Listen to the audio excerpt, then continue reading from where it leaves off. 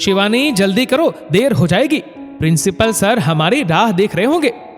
राघव की आवाज सुनकर शिवानी के हाथ जल्दी जल्दी चलने लगे। 10-15 मिनट में शिवानी तैयार होकर बाहर आई। आज वो बहुत खुश थी क्योंकि आज उसकी दुनिया बदलने वाली थी। बाइक पर बैठते ही यादों के झरोखों में झांकने लगे। बचपन से ही उसके और उनके भाई के बीच में भेदभाव होता आया था। पहले दादी और फिर माँ। खुद कभी कभी शिवानी अपनी माँ से कहती भी कि माँ, आप तो एक औरत हो, खुद भी घर में घुटती रही और इस 4 दीवारी में कैद रही। कभी ये नहीं सोचा कि अपनी बेटी को भी इस आग में झुलसा रही हो। क्यों बहू बेटियां घर से बाहर निकलती अच्छी नहीं लगती? लेकिन माँ ने कभी उसकी बात नहीं सुनी। वो भी तो अपनी माँ से यही सब बातें गांठ बांध कर आई थी। लेकिन शिवानी के साथ एक अच्छी बात थी कि उसकी चाची औरतों के हक के लिए लड़ती थी। चाची भी ज्यादा पढ़ी लिखी नहीं थी, लेकिन उन्हें इस माहौल से घुटन होती थी और अपनी लड़कियों को वो ये घुटन भरा माहौल नहीं देना चाहती थी। दादी उनसे हमेशा गुस्सा रहती थी। चाची तो शिवानी के लिए भी यही कहती, लेकिन दादी और माँ ये कहकर चुप कर देती थी कि अपनी लड़कियों को तो बिगाड़ दिया है, हमारी लड़की को बख्श दे। उनके हिसाब से पढ़ने वाली लड़कियों का कोई चरित्र नहीं होता था। किसी तरह जिद करके शिवानी ने 10वीं की परीक्षा पास की। उसके बाद उनको घर से बाहर कदम रखने को मना कर दिया गया। उसके 2 साल बाद उसकी शादी करा दी गई। उसका पति राघव अभी तो उसकी भी पढ़ाई पूरी नहीं हुई थी। वो दूसरे शहर में रहकर पढ़ रहा था। शिवानी तो जैसे अंदर से ही टूट गई थी, क्योंकि शादी के 1 हफ्ते बाद ही राघव अपने हॉस्टल वापस लौट गया था। शिवानी की शादी को 6 महीने होने को आए थे, लेकिन राघव ने आज तक उससे बात भी नहीं की थी। शिवानी खाना लगाती और वो खाकर अपने दोस्तों से मिलने निकल जाता था।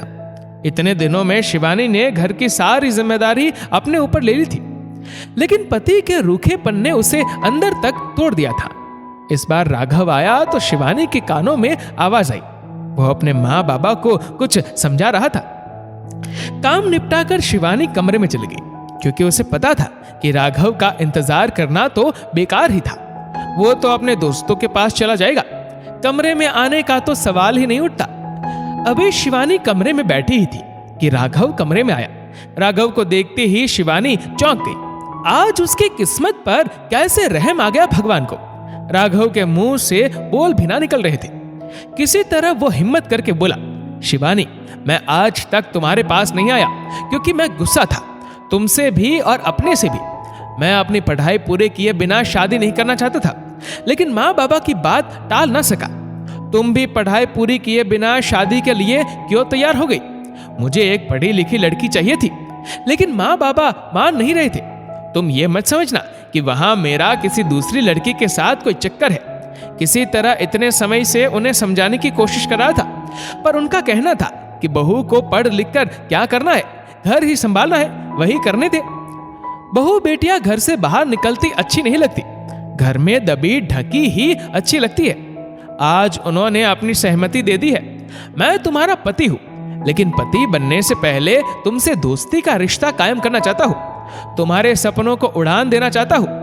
औरतों के लिए इस भेदभाव को खत्म करना चाहता हूं। उसके बाद ही मैं हमारे रिश्तों को ईमानदारी से निभा पाऊंगा।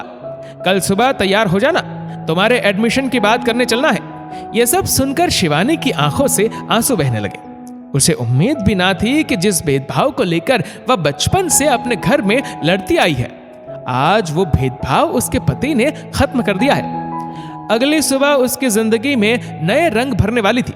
तभी बाइक रुकी और शिवानी अपने वर्तमान में वापस आई।